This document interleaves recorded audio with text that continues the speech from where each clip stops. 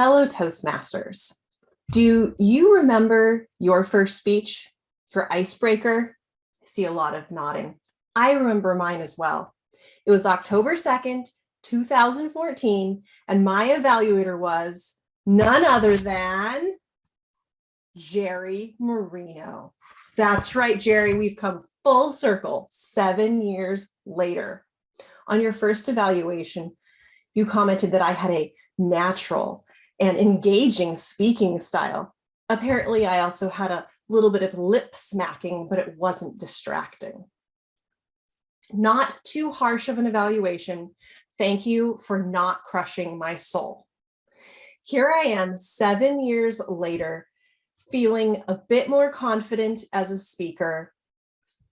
In honor of this beloved icebreaker this morning, I will share with you 3 ways that I have grown as a Toastmaster. It may not be what you think. Through this, I think you'll have a better idea of where I've been and perhaps where I'm going. For my first area of growth, my first area of growth is my ability to trust my ideas. You see, in the beginning of Toastmasters, likely up until 2 or 3 years ago, I would freak out the night before my speech. I mean, complete meltdown with tears when attempting to fill in the blanks. I would say things like, Justin, they're going to think that my ideas are dumb or trivial. These just aren't worthy of sharing. I'd be so nervous that I'd just putz around on the keyboard until the last minute and then pull it together. On very little sleep, I'd somehow get through it.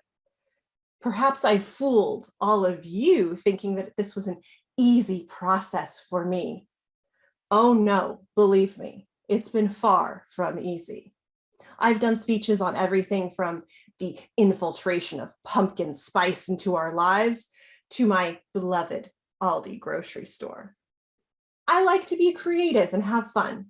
Voyagers has helped me to see that my quirky, unique ideas might be appreciated by others. You are all so kind. Thank you for helping me develop this confidence. The second area of growth is my ability to trust my words. I am a recovering perfectionist by nature, or is it by nurture? Either way, I think I should have something perfect to say and a perfect concept every time. However, through Voyagers, I've learned that my words don't need to be perfect every time. It's because of Toastmasters that I felt somewhat comfortable introducing half of my guests at our wedding. With only about an hour of sleep, I was able to just trust my words, and I only made one small mistake. Perhaps it's wise to find adjectives beyond beautiful to describe your best friend's boyfriend, but it makes for a great story, and I made it through it. Overall, could my language choices be improved? Could I practice and memorize more? Absolutely. But in reality, the worst thing that can happen is that my speech won't be memorable. The third area of growth is my ability to trust my presentation on camera. I absolutely hated watching any videos of myself giving any sort of speech or presentation. I would cringe. Getting me to record something for real estate was absolute torture. Absolute torture. I've lost my place. Absolute torture. Oh, wait, it still is. But because of our transition here in Voyagers onto Zoom, I was forced to get over that. I had no option, no other option. This really upped my game.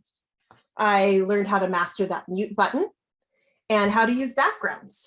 I ended up becoming far ahead of my colleagues, and I could display the listings behind me when no one else knew how to do that. Ooh, Lynn, you're amazing. I know. My experiences in Voyagers also paved the way for me to dip my toe into the uncharted waters of video masters. And now I look forward to further challenging myself with even more creative videos that I can share with Voyagers in the future. So there you have it. 3 ways that I've grown as a result of Voyagers Toastmasters. First, my ability to trust my ideas. Second, my ability to trust my words. And third, my ability to trust my presentation.